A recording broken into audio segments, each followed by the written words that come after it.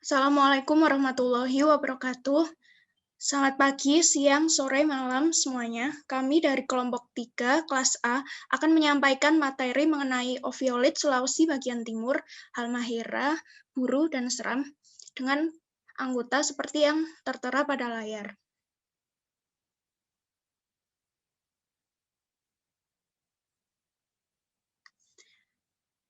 Outline pada presentasi kali ini ada dua. Yang pertama mengenai batuan dasar oviolit Sulawesi bagian timur, Halmahera, Buru, dan Seram. Yang kedua ada potensi dan cekungan pada oviolit Sulawesi bagian timur, Halmahera, Buru, dan Seram.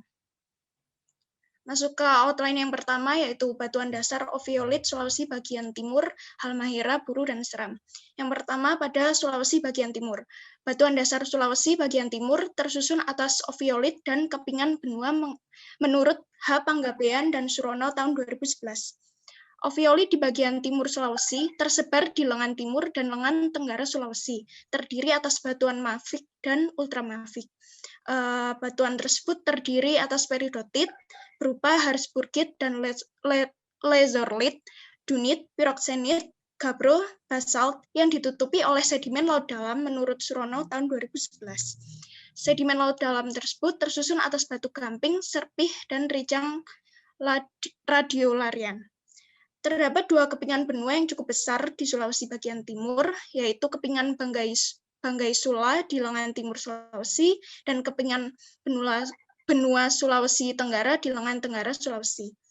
Batuan tertua pada kedua kepingan benua ini berupa batuan malihan berderajat rendah dan batuan sedimen malih. Kompleks batuan malihan terdiri atas skis, kuarsit, sabak, marmer yang diterobos oleh aplit dan diabas. Berikut dapat dilihat pada peta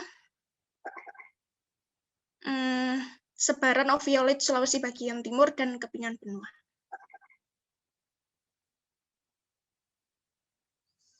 Selanjutnya, unit lengkap dari satuan oviolit ini dapat ditemukan hadir di sepanjang pantai utara lengan timur Sulawesi.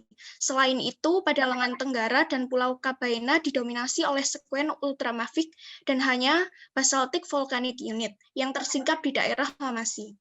Sedangkan kompleks batuan malihan tersingkap luas di pegunungan Rumbia dan Medoke. Kompleks ini didominasi batuan malihan yang terdiri dari skis, kuarsit, sabak, dan marmer.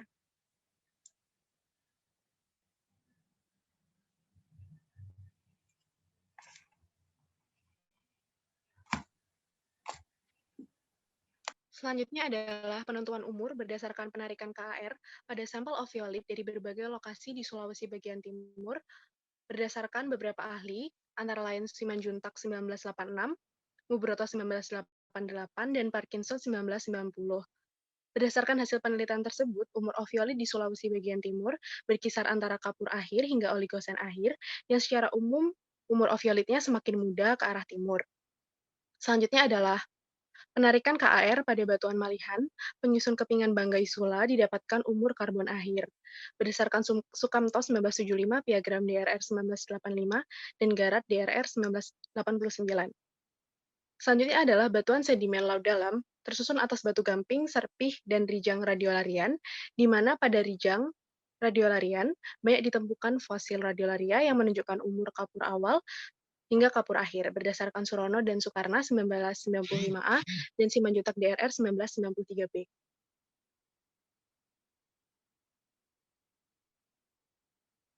Selanjutnya adalah genesa dari oviolit pada Sulawesi bagian timur. Terdapat dua setting tektonik utama yang membentuk oviolit Sulawesi Timur, yaitu Mid-Oceanic Ridge dan Supra-Subduction Zone. Berdasarkan analisis paleomagnetik oleh Mubroto 1988, didapatkan bahwa oviolit di lengan timur Sulawesi terbentuk pada kapur akhir dengan posisi 17 derajat hingga 24 derajat lintang selatan, sementara posisi oviolit saat ini berada pada 0,6 derajat hingga 1,7 derajat lintang selatan dan mengalami rotasi sebesar 60 derajat searah jarum jam. Selanjutnya adalah berdasarkan rekonstruksi paleogeografi, oviolit yang ada pada lengan timur Sulawesi pada pembentukannya saat kapur awal hingga oligosen berada di lokasi yang saat ini adalah Pasifik Barat, berdasarkan Kadarusman 2004. Di sebelah kanan terdapat gambar dari rekonstruksi paleogeografi Ophiolite Sulawesi bagian timur berdasarkan Kadarusman 2004. Selanjutnya adalah wilayah Halmahera. Pada wilayah Halmahera juga terbentuk kompleks Ophiolite yang memiliki satuan dengan sedimen laut berumur Mesozoik. Yang sedimen tersebut terimbrinkasi dengan sedimen berumur Paleogen dan di bagian atasnya diendapkan sedimen plastik marin dan karbonat berumur Neogen. Menurut Sukamto 1981 dalam Ramadan 2020. Ophiolite di daerah Halmahera ini terbentuk dalam batuan ultrabasa yang memiliki asosiasi batuan doku vulkanik, batuan metamorfosias greenskis, amphibolite, dan rare bruskis, serta sedimen laut dalam seperti red radiolarian shot dan red mudstone. Di wilayah Halmahera ini terbagi menjadi 3 zona fisiografi menurut Apandi dan Sudana dalam Ramadan 2020. Yang pertama adalah zona Mandala Halmahera Timur, Halmahera Barat, dan busur Kepulauan Gunung Api Kuatler. Sementara batuan Ophiolite yang berada di Halmahera muncul di wilayah Mandala Halmahera bagian timur. Di wilayah Halmahera Timur ini meliputi lengan timur laut, lengan tenggara, dan beberapa pulau kecil seperti di sebelah wilayah timur Pulau Halmahera, seperti yang tampak di bagian peta yang berada di sebelah slide ini.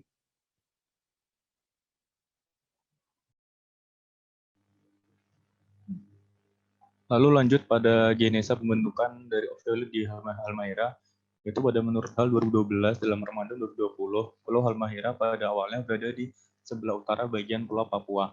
Kemudian pada Oligocene Akhir, sesar Sorak membawa bagian timur Pulau Halmahera menuju barat yang merupakan bagian dari lempeng East Mindanao.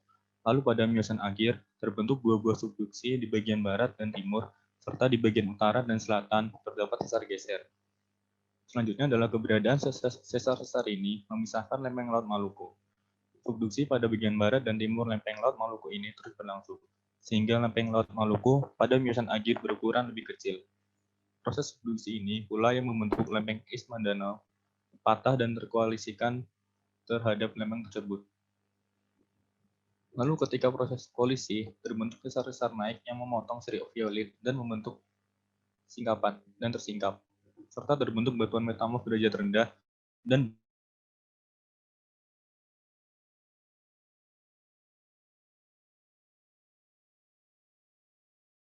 pada seri Ophiolite seperti gabbro dan bauxite terubah menjadi bodies, sehingga tectonic melange dengan fragmen berupa gabbro, bauxite, dan beberapa serpentinit terlingkupi oleh matriks yang berupa serpentinit bervariasi. Pada masa saat ini, subduksi telah berakhir dan menyisakan sesar naik pada bagian barat Halmahera dan timur lengan utara Sulawesi. Bismillahirrahmanirrahim.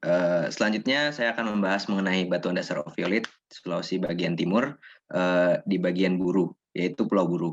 Pulau Buru sendiri memiliki dua kompleks basement, yaitu yang pertama adalah kompleks Wahlua yang terdiri dari batuan metamorf dari medium grade berumur Paleozoikum dan kompleks Rana yang terdiri dari batuan metamorf yang low grade berumur Permian menurut Cokro Saputra dan Budi Trisna tahun 1982. Kemudian untuk batuan tertua yang tersingkap pada Pulau Buru berupa kelompok batuan malihan pratersier yang terdiri dari sekis, filit, batu pasir arkos, malih, kuarsit, dan kualam. Berikut adalah peta geologi Pulau Buru atau persebaran kompleks Wahlua dan kompleks Rana. Menurut Idrus et al. Tahun 2014, dimodifikasi dari Cokro Saputro et al. Tahun 1993. Boleh next.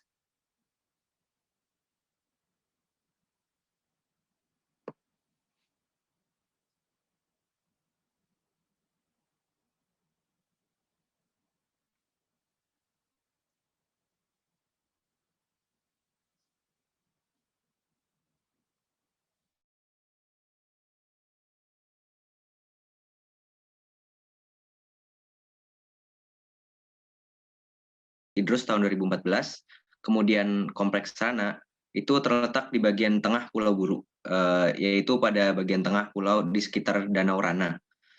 Kompleks satuan batuan ini tersusun dari batuan filit, slate, meta arkos, meta greywake, dan marmer menurut Idrus tahun 2014.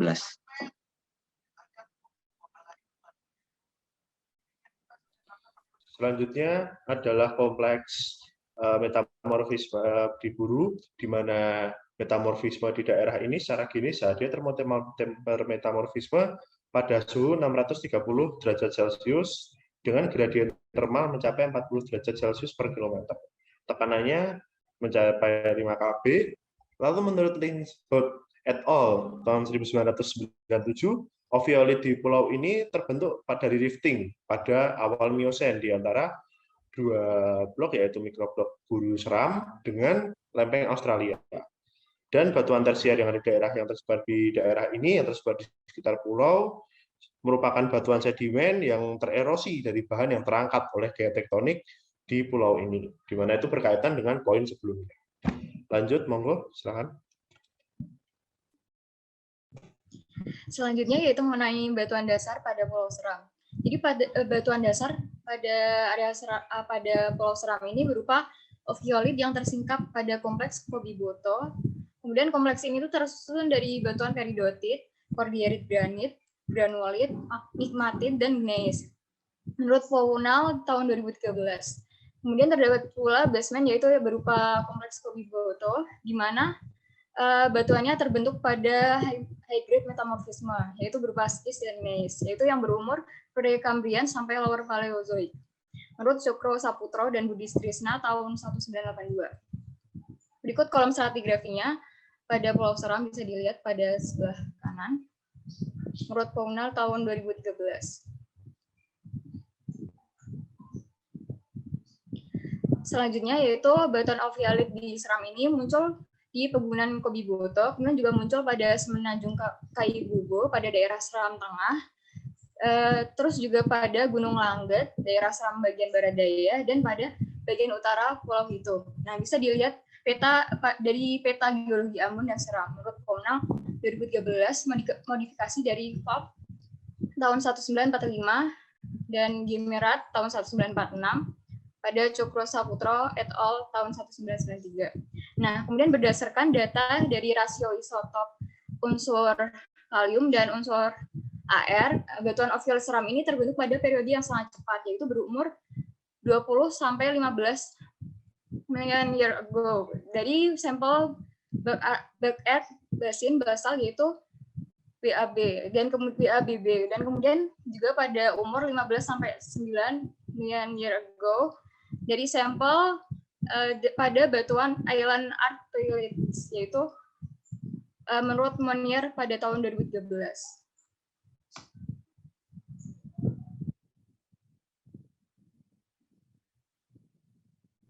Selanjutnya genesanya berdasarkan lokasinya, pembentukan terkait Pulau Seram ini yaitu dari pergerakan lempeng Australia selama masa Kenozoik. Nah, berdasarkan Kaitili tahun 1975 dan Hutchinson tahun 1977 dan Nelson tahun 1977 dan kemudian juga Hamilton tahun 1979, oviolit yang ada di Pulau Buru ini, di Pulau Seram ini memiliki asal dari lautan Banda, di mana hal ini dapat diamati dari adanya peridotit yang serupa dengan yang ada pada Pulau Ambon. Nah, sama seperti Pulau Buru, menurut Pinto et al. Tahun 1997, oviolit yang ada pada Pulau Seram ini terbentuk dari rifting pada awal Miosen yang terbentuk di antara mikroblok Buru Seram dan juga lempeng Australia. Nah, hal ini bisa dilihat pada bagian kanan, yaitu pada kompleks oviolit wilayah Seram Ambon. Menurut Cokro Saputra dan Budi Trisna tahun 1982.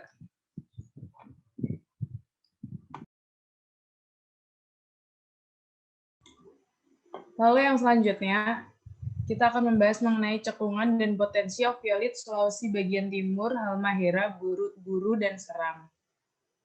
Next. Yang pertama, kita akan membahas mengenai cekungan di bagian Sulawesi Timur. Next. Yang pertama, ada cekungan Buton Timur. Cekungan Buton Timur termasuk ke dalam jenis cekungan Forarch Basin. Cekungan Buton Timur ini berada di bagian timur dari Pulau Buton.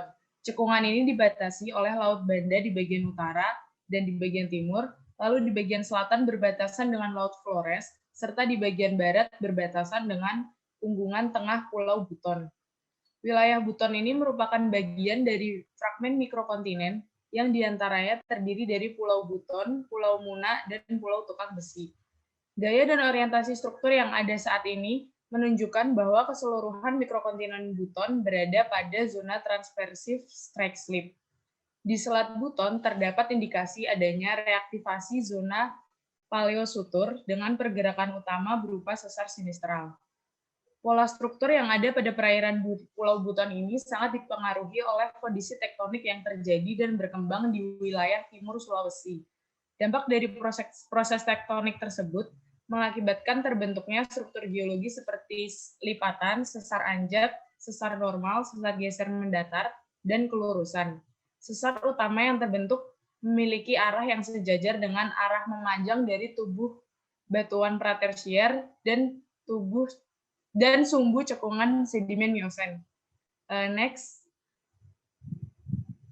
Lalu stratigrafinya, pada cekungan Buton ini terdapat batuan penyusun yang sangat bervariasi dengan umur batuan mulai dari umur Mesozoik hingga kuarter.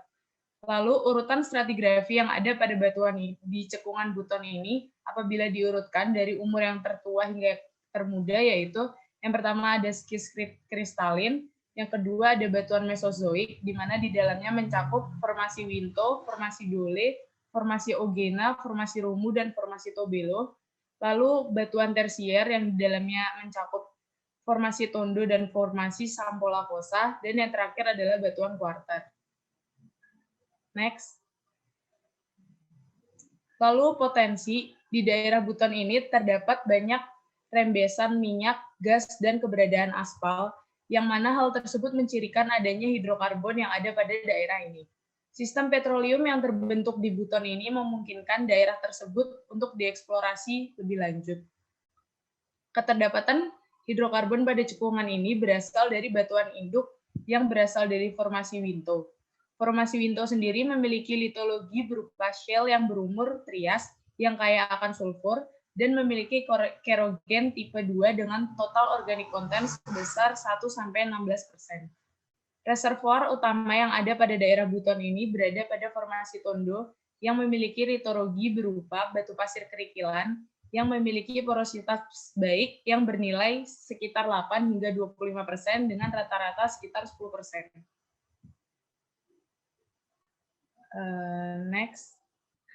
Aspal alam Buton ini ditemukan di bagian selatan dari Pulau Buton yang pada suatu lokasi yang berkaitan dengan adanya graben yang dikenal dengan graben Lawele.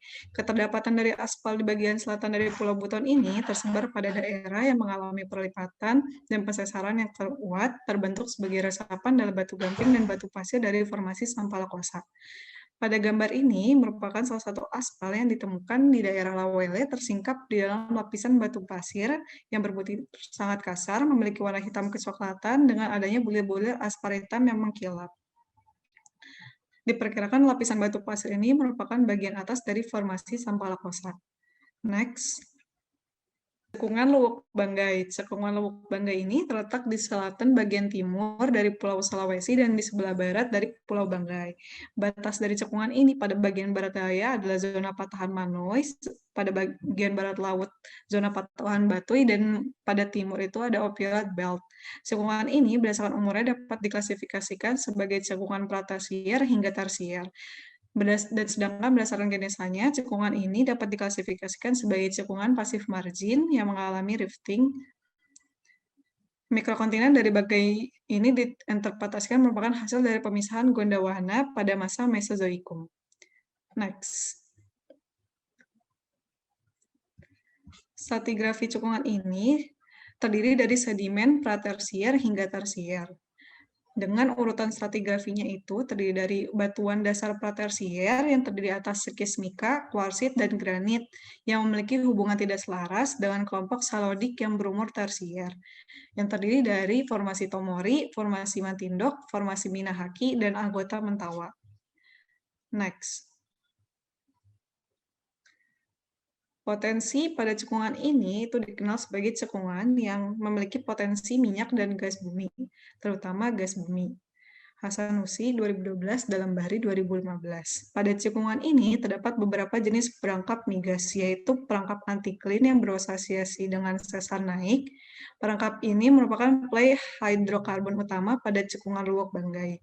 Kemudian ada perangkap kombinasi stratigrafi dengan struktur anti-clean. Kemudian ada perangkap berupa blok-blok sesar yang merupakan sesar mendatar dan biasanya terdapat adanya struktur anti-clean yang teridentifikasi. Nah,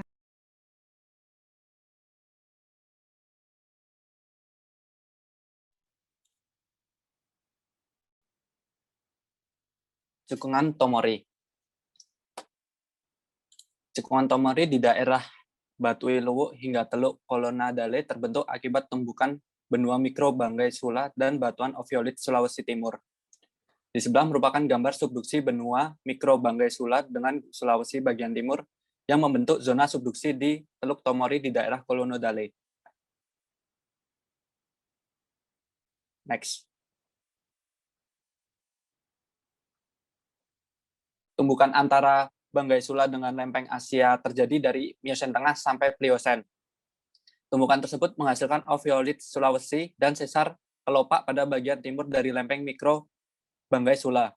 Akibat terjadinya tektonik di daerah penelitian ini mengakibatkan deformasi dan yang menghasilkan penyesaran bongkah sehingga terbentuk sejumlah cekungan kecil dan tinggi-tinggian struktur. Tinggian struktur menyebabkan terbentuknya perangkap hidrokarbon yang membentuk beberapa lapangan hidrokarbon di cekungan Tomori. Next. Struktur anti-clean di bagian lepas pantai dan darat dicirikan oleh lipatan memanjang yang diduga sebagai perangkap struktur hidrokarbon. Anomali gaya berat yang membentuk tinggian anti-clean besar terdapat di lepas pantai. Tinggian pada daerah ini umumnya berhubungan dan berasosiasi dengan sesar-sesar naik yang terbentuknya pada umur Miosen hingga Pliosen. Tutupan di wilayah darat umumnya lebih kecil jika dibandingkan dengan di lepas pantai. Diperkirakan bahwa hidrokarbon telah berimigrasi melalui bidang patahan hingga terperangkap pada tutupan tinggian.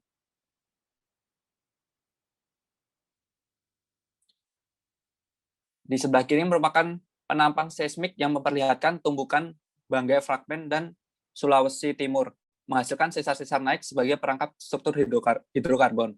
Dan yang di sebelah kanan merupakan penampang subduksi Banggai Sula dengan Sulawesi Timur, hubungannya dengan lapangan minyak, cekungan Tomori, Luwuk, dan Kolonadale.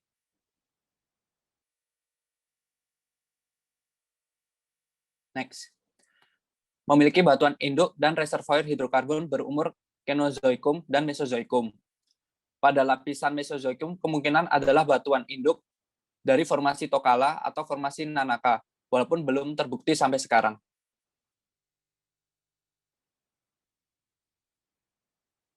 Batuan pada cekungan Tomori ini dibentuk oleh dua kelompok batuan yang bersumber dari Banggai Sula dan batuan sedimen dari oviolit Sulawesi Timur, berdasarkan penampang seismik dan penampang bor. Batuan dasar tersebut terdiri atas batuan malihan dan vulkanik yang secara umum mengalami pematahan bongkah, kemudian membentuk tinggian di atasnya sebagai perangkap struktur hidrokarbon.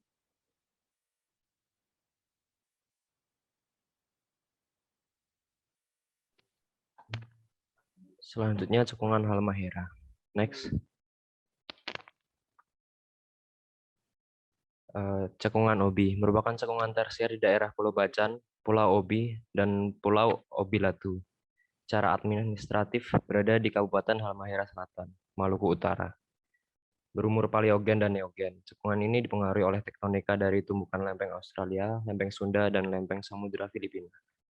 Next. Stratigrafi cekungan Obi terdiri dari batuan induk pre-reef, yaitu batuan ultramafik, batuan malihan, dan batuan metasedimen pratersier, batuan vulkanik dan sedimen synreef, serta batuan sedimen dan vulkanik klastik post-reef. Batuan sedimen di cekungan Obi berurut dari umur tua ke muda, yaitu formasi Loleo-Baso, formasi Fluk, formasi Emesing, formasi Ruta, dan formasi Woi. Next. Potensi cekungan ubi masih belum menghasilkan minyak dan gas bumi, tapi daerah ini sangat berpotensi menghasilkan minyak dan gas bumi.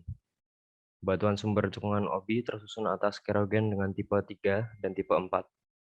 Kerogen tipe 3 cenderung menghasilkan gas gaspron. Umumnya tingkat kematangan termal pada cekungan ubi berada di tingkat belum matang dan matang. Formasi yang diperkirakan matang yaitu formasi Woi dan formasi Amasing.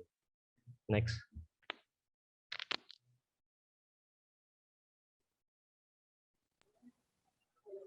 Cekungan Teluk Kau. Cekungan ini menempati wilayah perairan dan sebagian kecil menempati wilayah daratan dari utara Pulau Halmahera. Pulau Halmahera terletak pada kompleks tektonik di mana terdapat 3 lempeng utama yang saling berinteraksi. Lempeng tersebut terdiri dari lempeng Laut Filipina, lempeng Australia, dan lempeng Eurasia. Posisi lempeng dari cekungan selama proses tersebut adalah pada busur belakang dengan lokasi busur magmatik berada pada lengan bagian barat. Next. Untuk stratigrafinya, tumor batuan yang menyusun cekungan ini mulai dari Jurassic hingga Pleistosen. Untuk urutan stratigrafi dari tua ke muda yaitu Ophiolith, terus formasi Gau, formasi Dodogo, formasi Patniti, formasi Onov, formasi Jawali, formasi Subaim, formasi Solat, dan formasi Wasile. Yang terakhir batu gamping terumbu. Next. Untuk potensinya sendiri, sejarah stratigrafi dari Halmahera merupakan hasil dari patahan dan pengangkatan sedimen-sedimen. Sedimen tersebut berpotensi sebagai batuan induk, reservoir, dan batuan penutup yang penting dalam pembentukan dan penjebakan hidrokarbon. Untuk jenis jebakan hidrokarbon di cekungan Halmahera Selatan adalah jebakan stratigrafi. Struktur dan kombinasi keduanya terbentuk pada fase Sinrift dan tereaktivasi pada fase tectonic collision. Next. Selanjutnya merupakan cekungan buru. Next.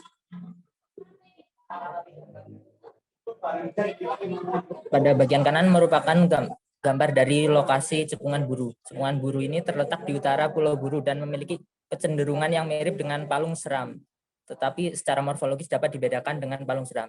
Cekungan buru ini memiliki batimetri yang jauh lebih dalam, mencapai 5.300 meter dan dibatasi oleh sesar normal di utara dan selatan yang dibentuk oleh rifting. Next.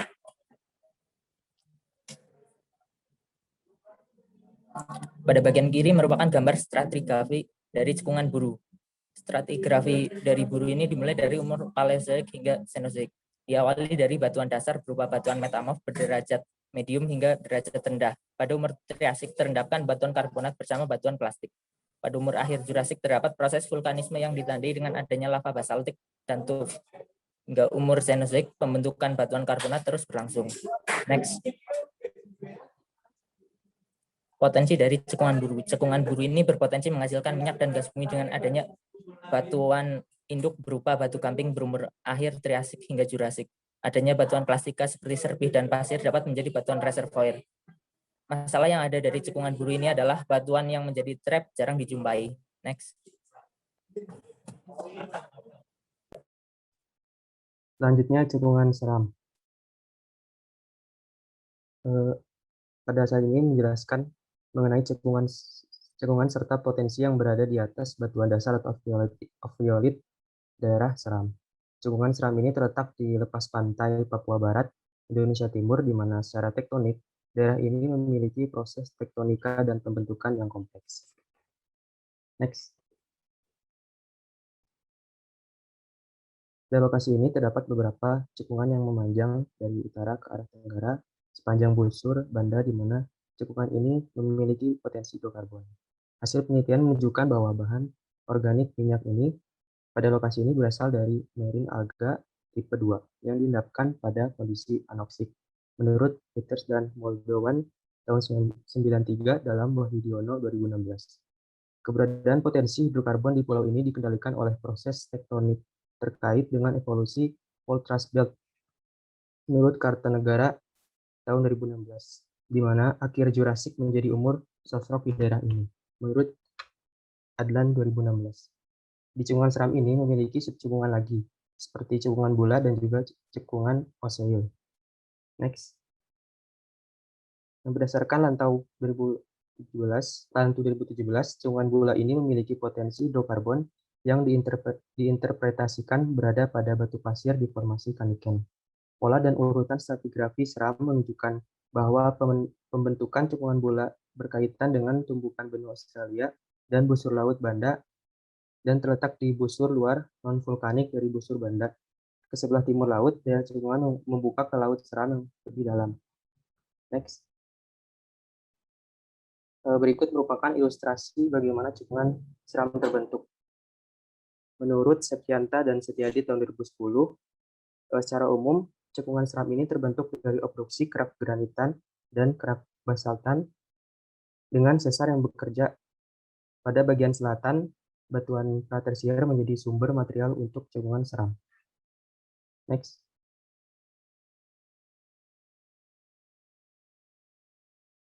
Berikut daftar pustaka yang kami gunakan. Next.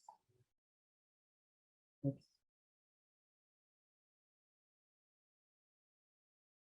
Next lagi.